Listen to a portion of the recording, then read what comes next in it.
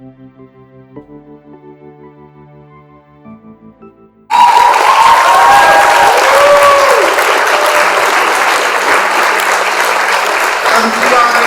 आचमन किया है और मेरा मन पवित्र हो गया। बहुत ही सुखद अवसर है। हमारा मंच इसलिए धनी है कि इतने धनी लोग, इतने समृद्ध लोग सामने बैठे हुए हैं। तो आपकी समृद्धि इस मंच की समृद्धि है।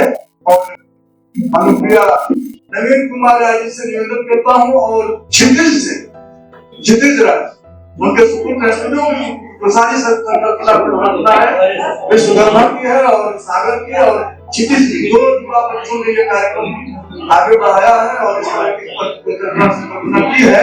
तो मैं दोनों से और सुमित और इन लोगों से निवेदन करता हूँ कि आप आए और आपके जीवन के माध्यम से सरस्वती चित्र पर पुष्पार्चन, दीप प्रज्वलन की व्यवस्था संपन्न कराएं। और मंच के तमाम अतिथियों से निवेदन करता हूँ कि आप आकर के मां देवी सरस्वती, ज्ञान के देवी राय जी, आदरणीय देव भास्कर जी पुष्पार्चन कर लें। ज्ञान की अधिष्ठात्री देवी मां सरस्वती की अभ्यर्थना, सरस्वती के वरद पुत्रों द्वारा, सरस्वती भाषा का साक्षात विग्रह है, व्यक्ति होता है जिसके संस्पर्श के बिना ज्ञान का आलोक संभवतः न प्रस्फुटित न हो पाए।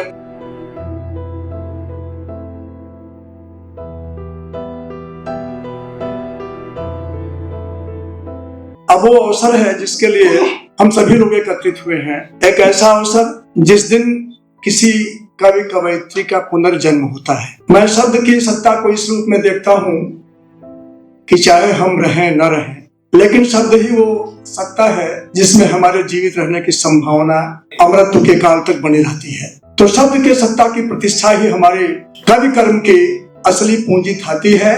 और जब कभी वो संग्रहित होकर, संकलित होकर कविता के पुस्तक के रूप में आती है तो निश्चित रूप से कवि का उस दिन एक नया जन्म होता है। मैं बहुत बहुत बधाई देता हूँ अनुप्रिया को।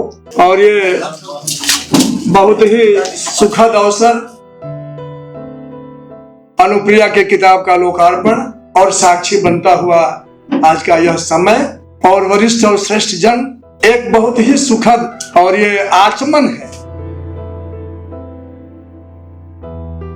ये आचमन है जब रचनाकार कलम की नोक पर परंपरा का बोझ उठा करके चलता है तो एक परात्पर कविता संपन्न होती है, ये केदारनाथ जी कहते हैं। तो मैं उम्मीद करता हूं कि आचमन के माध्यम से एक श्रेष्ठ रचना, एक श्रेष्ठ संकलन आप लोगों के हाथ में है और वो आने वाले कल को हिंदी साहित्य में अपनी एक स्थान, अपना एक जगह निश्चित रूप से बनाएगा। ये कविता का जो आयाम है कुछ इसी तरह का है। हम कभी कविता के घेरे में अपना घर चाहते हैं, हमारा अपना कोई आलोक नहीं, हम आपसे ही आलोकित होते हैं और आप ही का प्रकाश लेकर के और आप ही को देते हैं।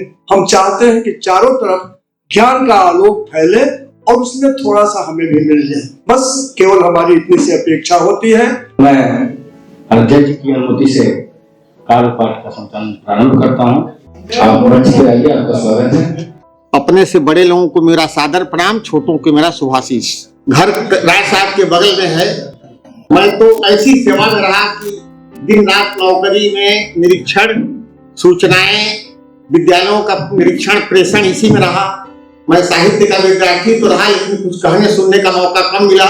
कल आमंत्रण दिया राय साहब ने, मैंने कहा ठीक है आएंगे। और आचमन पुस्तक यह उबाऊ नहीं है, हर शीर्षक है उससे संबंधित शब्द जो है बड़े अच्छे हैं। मैं पढ़ा, बड़ा अच्छी कविता है। और आचमने के माध्यम से अनुप्रिया राय ने जो अपनी लंबी यात्रा शुरू की है, तो कोई भी अनुष्ठान जब किया जाता है, जैसे अभी चर्चा हुई है कि ओम केशवाय नमः, ओम माधवाय नमः, ओम नारायणाय नमः, ओम ऋषिकेशाय नमः, तो अभी तो आचमन है। आचमन के माध्यम से इन्होंने काव्य यात्रा की शुरुआत किया है। मेरी ईश्वर से प्रार्थना है कि यह काव्य यात्रा इनकी अच्छी रहे और अच्छी रचनाएं करें, मेरा ये आशीर्वाद है। और इनके नाम के आगे मधु लगा है, वास्तव में इसमें माधुर्य है, इसमें एक कविता सार्वधिक है। रही काव्य की बात, स्त्रियों की चर्चा हुई, मैं माँ की चर्चा कर देना चाहता हूँ अपने गजल के माध्यम से। गलत है जमाने पे तोहमत लगाना, गलत है जमाने को दोषी बनाना। माँ की मोहब्बत अपने पुत्र के प्रति क्या होती है इस गजल में सुने। मोहब्बत चमन है मगर नर्क भी है। मोहब्बत में कुछ फर्क भी है। मोहब्बत है सूरज को अपनी किरण से, मोहब्बत है बुलबुल को रंगीन चमन से। मोहब्बत के बुत रहनुमा बन गए हैं, मोहब्बत के आंसू खुदा बन गए। मोहब्बत के आंसू खुदा बन गए। मोहब्बत करो अपने अहले वतन से, मोहब्बत करो अपने बाप और माँ से। वो माँ जो मुकद्दर का लिखा मिटा दे, वो माँ जो मुकद्दर का लिखा मिटा दे, वो माँ जो जहन्नुम को जन्नत बना दे। वो माँ जिसके चरणों के नीचे है जन्नत, वो माँ जिसके दामन में है सारी रहमत। ऐसी माँ को जो किसी ने न माना, सदा उस पे थू थू करेगा जमाना।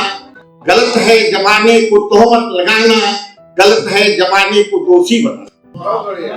यह गजल उस समय की लिखी गई है जब पत्र के माध्यम से समाचार का आदान प्रदान होता। एक परिवार में एक माँ का लड़का कमाने गया है बाहर। वो जब घर आने को होता है तो घर के लोगों को पत्र से कहता है भाई किसको क्या क्या चाहिए। पत्नी कहती है ये चीज लाना, ये सामान लाना, साड़ी लाना। लड़के कहते हैं ये लाना, बेटी कहती है ये लाना, बहन कहती है ये लाना।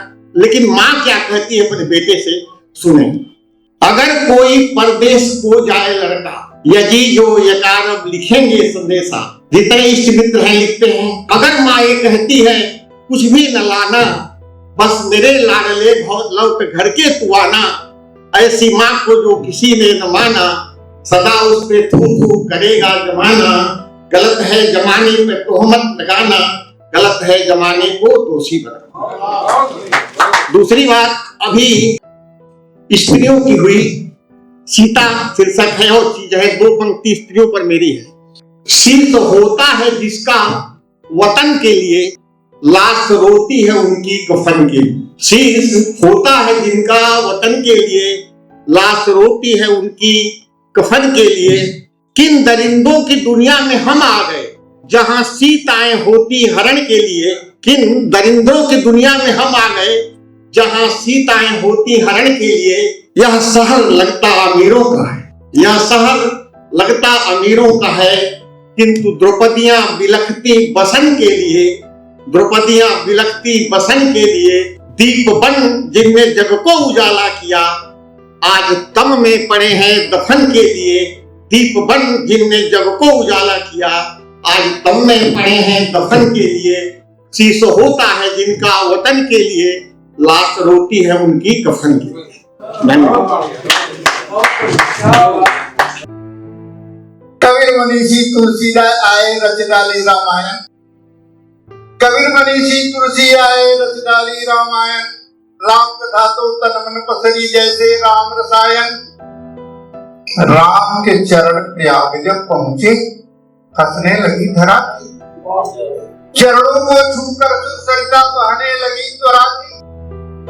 हमका जाने तुलसी जाने जिसने लिखी कथा है, वाल्मीकि से पूछ के जानी जिसने सही व्यथा है। ऐसी कथा व्यथा बन आई, अवध से चली सयानी। नैन सुपूरी हुए जब हम लोग ने जाने। जब आंखों में आंसू भर जाते हैं तो राम कथा जीवन में उतर जाती है और वही मांगलिक हो जाती है। बहुत बहुत आभार, बहुत बहुत आप लोगों को प्रणाम। अनुप्रिया ने आज आचमन किया है और मेरा मन पवित्र हो गया।